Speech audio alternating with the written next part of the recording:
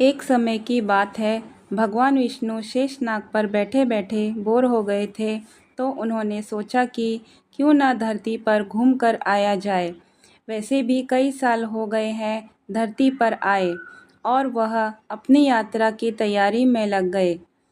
पति विष्णु को तैयार होता हुआ देखकर माँ लक्ष्मी ने पूछा, स्वामी, आज सुबह सुबह कहाँ जाने की तैयारी हो रही है? विष्णु जी ने कहा, हे लक्ष्मी, मैं धरती लोक पर घूमने जा रहा हूँ। यह सुनकर माँ लक्ष्मी का मन भी बदल जाता है, और वह अपने स्वामी विष्णु जी से पूछती है कि हे देव, क्या मैं भी आपके साथ घूमने चल सकती हूँ? भगवान विष्णु ने दो पल सोचा, फिर कहा, एक शर्त पर तुम मेरे साथ घूमने चल सकती हो। तुम धरती पर पहुंचकर उत्तर दिशा की ओर नहीं देखोगी। उस पर माता लक्ष्मी जी ने कहा, ठीक है स्वामी, मैं उत्तर दिशा की तरफ नहीं देखूंगी। और दोनों धरती लोक पर आने के लिए तैयार हो गए। सुबह सुबह माता लक्ष्मी और भगवान विष्णु धरती पर पहुंच जाते हैं।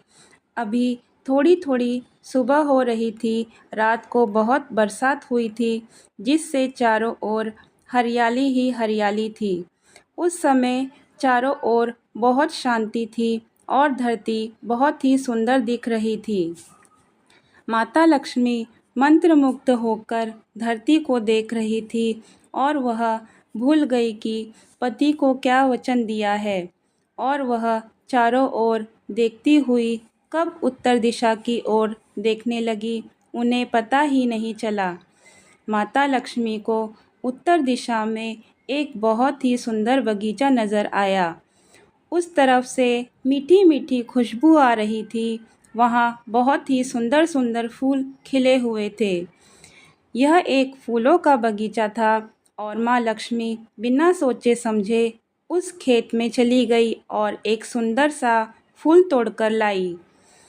लेकिन जब माँ लक्ष्मी भगवान विष्णु के पास वापस आई, तो भगवान विष्णु की आंखों में आंसू थे।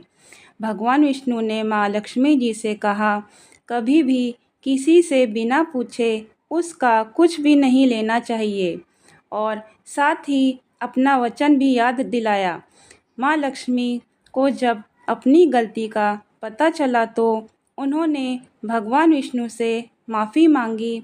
तो भगवान विष्णु ने कहा कि जो गलती की है, उसकी सज़ा तो तुम्हें ज़रूर मिलेगी। जिस माली के खेत से तुमने बिना पूछे फूल तोड़ा है, वह एक प्रकार की चोरी है। इसलिए अब तुम 3 साल तक माली के घर नौकर बनकर रहोगी। उसके बाद मैं तुम्हें बैकुंठ में वापस बुलाऊंगा।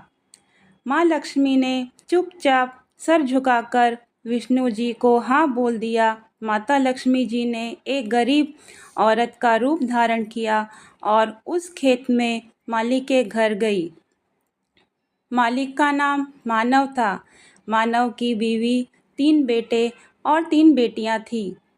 सभी उस छोटे से खेत में काम करके किसी तरह से अपना गुजारा कर रहे थे। जब माता लक्ष्मी एक साधारण और गरीब औरत बनकर मानव के झोपड़े में गई, तो मानव ने पूछा, बहन, तुम कौन हो और इस समय तुम्हें क्या चाहिए? तब माता लक्ष्मी ने कहा, मैं एक गरीब औरत हूँ, और मेरी देखभाल करने वाला कोई नहीं है। मैंने कई दिनों से खाना भी नहीं खाया। मुझे कोई भी काम दे दो।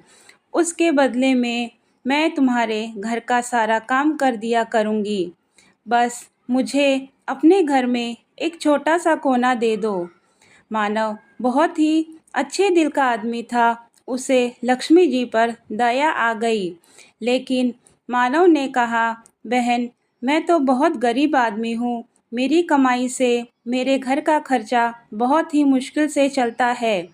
लेकिन अगर मेरी 3 की जगह 4 बेटियां होती, तो भी मैं गुजारा करता। अगर तुम मेरी बेटी बनकर जैसा रूखा सूखा हम खाते हैं उसमें खुश रह सकती हो, तो तुम अंदर आ जाओ। माता लक्ष्मी जी मानव की शर्त को मान लेती हैं। मानव ने माता लक्ष्मी जी को अपने झोपड़े में शरण दे दी। माँ लक्ष्मी 3 साल माधव के घर नौकरानी बनकर रही।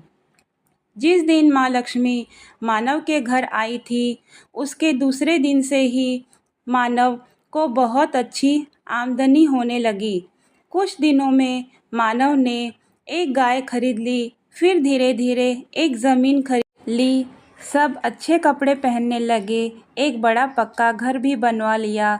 बेटियों और पत्नी ने गहने भी बनवा लिए। सब बहुत खुश थे। मानव हमेशा सोचता था कि मुझे यह सब कुछ इस महिला के आने के बाद मिला है। इसके आने से सब कुछ बदल गया। ऐसे ही करते करते 3-4 साल बीत गए, लेकिन माता लक्ष्मी अब भी घर में और खेतों में काम करती थी। एक दिन मानव खेतों से काम खत्म करके घर आया तो उसने अपने घर के सामने दरवाजे पर एक देवी स्वरूप गहनों से लदी एक औरत को देखा। मानव ने ध्यान से उस औरत को देखा तो वह गुमसुम हो गया। अरे, ये तो मेरी मुँह बोली बेटी है, और पहचान गया कि यह तो माता लक्ष्मी जी है। थोड़ी देर में मानव का पूरा परिवार बाहर आ गया और सब हैरान होकर माँ लक्ष्मी जी को देख रहे थे। मानव बोला, हे माँ, हमें माफ़ कर देना, हमने आपसे अनजाने में घर और खेतों में काम करवाया। माँ, यह कैसा अपराध हो गया मुझसे। माँ, हम सबको माफ़ कर दो। तभी माँ लक्ष्मी जी मुस्कुराई और बोली, हे मानव, तुम बहुत ही अच्छे और दयालु मनुष्य हो। तुमने मुझे अपनी बेटी की तरह रखा। इसके बदले में मैं तुम्हें वरदान देती हूँ कि तुम्हारे पास कभी भी धन की कमी नहीं होगी। तुम्हें सारे सुख मिलेंगे जिसके तुम हकदार हो। फिर माँ अपने स्वामी के द्वारा भेजे गए रथ में बैठकर बैकुंठ चली जाती है।